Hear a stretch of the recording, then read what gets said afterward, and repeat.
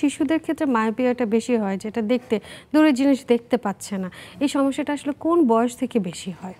এটা সাধারণত দেখা যায় যে আসলে বয়সের এটার কোনো ইয়ে নাই যে কোন বয়স থেকে এটা বেশি হবে।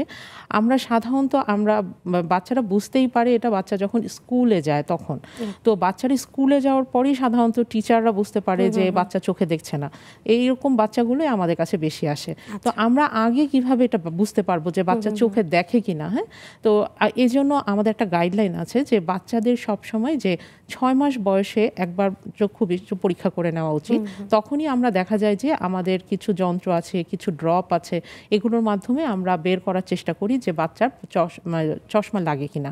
এবং যাদের বাবা মা দুজনই চশমা পরে তাদের অবশ্যই বাচ্চাদেরকে এরকম 1 বছরের মধ্যে নিয়ে যাওয়া উচিত।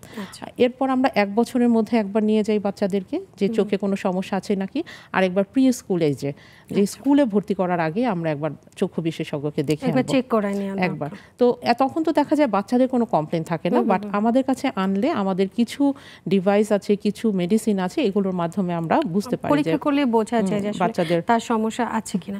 এই যে শিশুগুলো স্কুলে কেবল শুরু করছে, তাদের চোখে যদি তখনই সমস্যা হয়, চশমা যদি তখনই নেয়, পরবর্তীতে আসলে কি সারা জীবনই সে চশমাটা পরবে, নাকি এরপর আস্তে আস্তে তার পাওয়ারের যে অ্যাডজাস্টমেন্টটা সেটা আবার ঠিক হয়ে যায়? আচ্ছা, এটা একটা খুবই গুরুত্বপূর্ণ প্রশ্ন।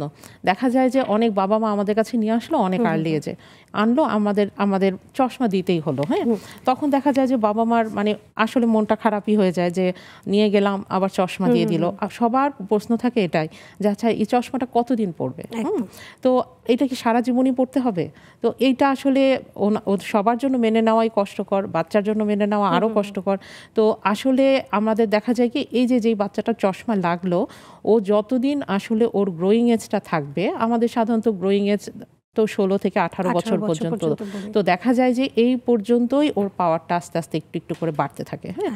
তো অনেকের কোশ্চেন থাকে তাহলে আমরা আগে এনে লাভ কি হলো? তাহলে তো চশমাটা লাগলো, আমরা যতবার ডাক্তারের কাছে যাচ্ছি ততবারই পাওয়ারটা বেড়ে যাচ্ছে, হ্যাঁ? তাহলে আমার লাভ তো কোনো হলো না। তো লাভ আমাদের সেটা হচ্ছে আমি যদি বাচ্চাটাকে না আনতাম বা আমি যদি চশমা আর্লি এজে না দিতাম, তাহলে কি হতো, ওই বাচ্চাটা ওই দুটো চোখে বা একটা চোখে সে অলওয়েজ কম দেখতো, হ্যাঁ? ও ওইভাবেই বড় হতো কম দেখে দেখে, হ্যাঁ?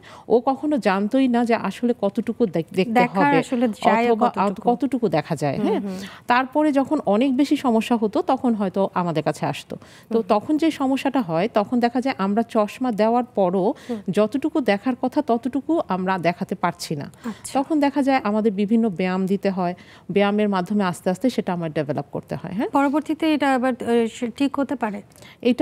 এটাই আসলে রিভার্স হওয়ার সম্ভাবনা খুব কম।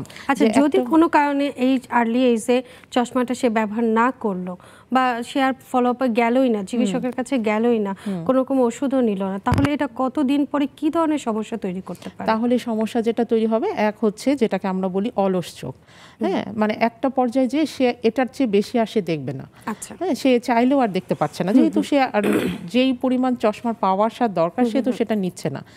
এটাকে আমরা বলি অলস চোখ, হ্যাঁ? এরপরে দেখা যায় আমাদের কাছে আসলো, আমরা পাওয়ার দেওয়ার পরও তাকে দেখানোর ব্যবস্থা করতে পারছি না, হ্যাঁ?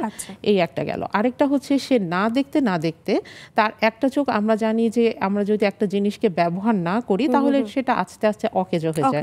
ঠিক একইভাবে আমরা যখন চোখটাকে ব্যবহার না করি তখন দেখা যায় চোখটা আস্তে আস্তে ওরকম ব্যবহার না করতে করতে ওটা বাঁকা হয়ে যায়।